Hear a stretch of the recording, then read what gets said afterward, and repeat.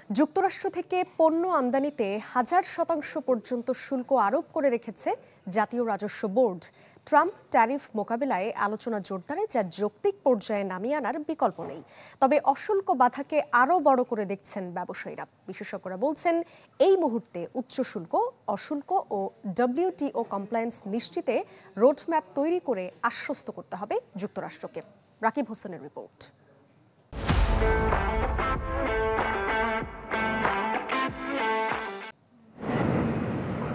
যুক্তরাষ্ট্রের সাথে দ্বিপাক্ষিক বাণিজ্যে বেশ খানিকটা এগিয়ে বাংলাদেশ, আর তা যেন কোনোভাবেই মেনে নিতে পারছিলেন না প্রেসিডেন্ট ডোনাল্ড ট্রাম্প, যে কারণে গোজামিলের এক হিসাব কষে বসিয়ে দিলেন 22% বাড়তি শুল্ক।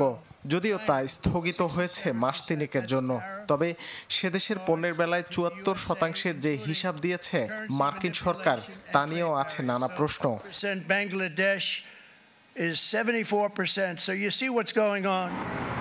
তবে সেটিও একেবারে উড়িয়ে দেওয়া যাচ্ছে না, কারণ এনবিআর এর তথ্য অনুযায়ী আমেরিকা থেকে আমদানি করা গাড়ির ওপর কর বসানো আছে সর্বোচ্চ 1021%। এছাড়া হুইস্কিতে 611, সিগারেটে 600 আর অস্ত্রের উপরও 300% শুল্ক বসিয়ে রেখেছে বাংলাদেশ। চড়া হার আরোপ করা আছে চকলেট, সিরামিক, এমনকি নারকেল তেলের ওপর। এসব পণ্য খুব বেশি আমদানি না হলেও গড় হার বাড়াতে রাখছে বড় ভূমিকা। তাই আলোচনা জোরালো হচ্ছে এসব কমানোর বিষয়ে। আমরা যে শুল্ক হ্রাস করার কথা বলেছি, আমরা সেটাকে তাদের সামনে উপস্থাপন করতে পারি। বিনিয়োগকারী যারা মার্কিন আছে বাংলাদেশে, তারা যেসব প্রতিবন্ধকতা যেগুলো ফেস করার কথা বলেছে, সেগুলোকে আমরা অ্যাড্রেস করতে পারি এবং সেটার কথা আমরা টিকফাতে বলতে পারি। একটা টাইম লাইন আমরা দিতে পারি, এই 90 দিনের মধ্যেই সেটা দেওয়া সম্ভব।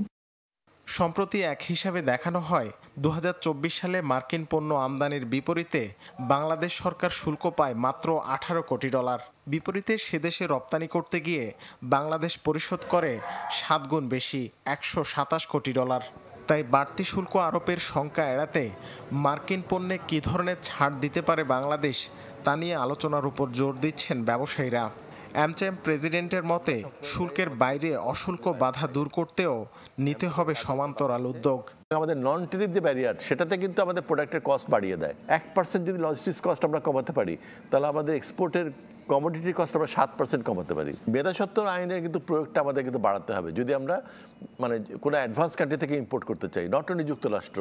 2024 সালে $290 কোটি পণ্য আমদানির বিপরীতে যুক্তরাষ্ট্রে বাংলাদেশ রপ্তানি করে $845 কোটি পণ্য।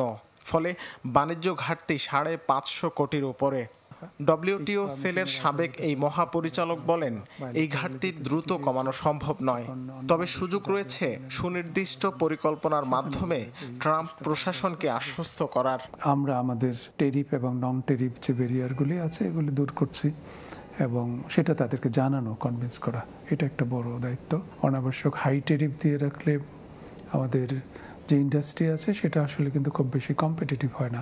তারা ডোমেস্টিক মার্কেটে ভালো করে, ফলে ডোমেস্টিক মার্কেটের প্রতি তাদের আকর্ষণ থাকে, এক্সপোর্ট মার্কেটে যেতে চায় না।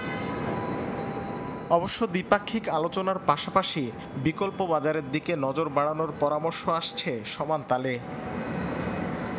রাকিব হোসেন, চ্যানেল 24, ঢাকা।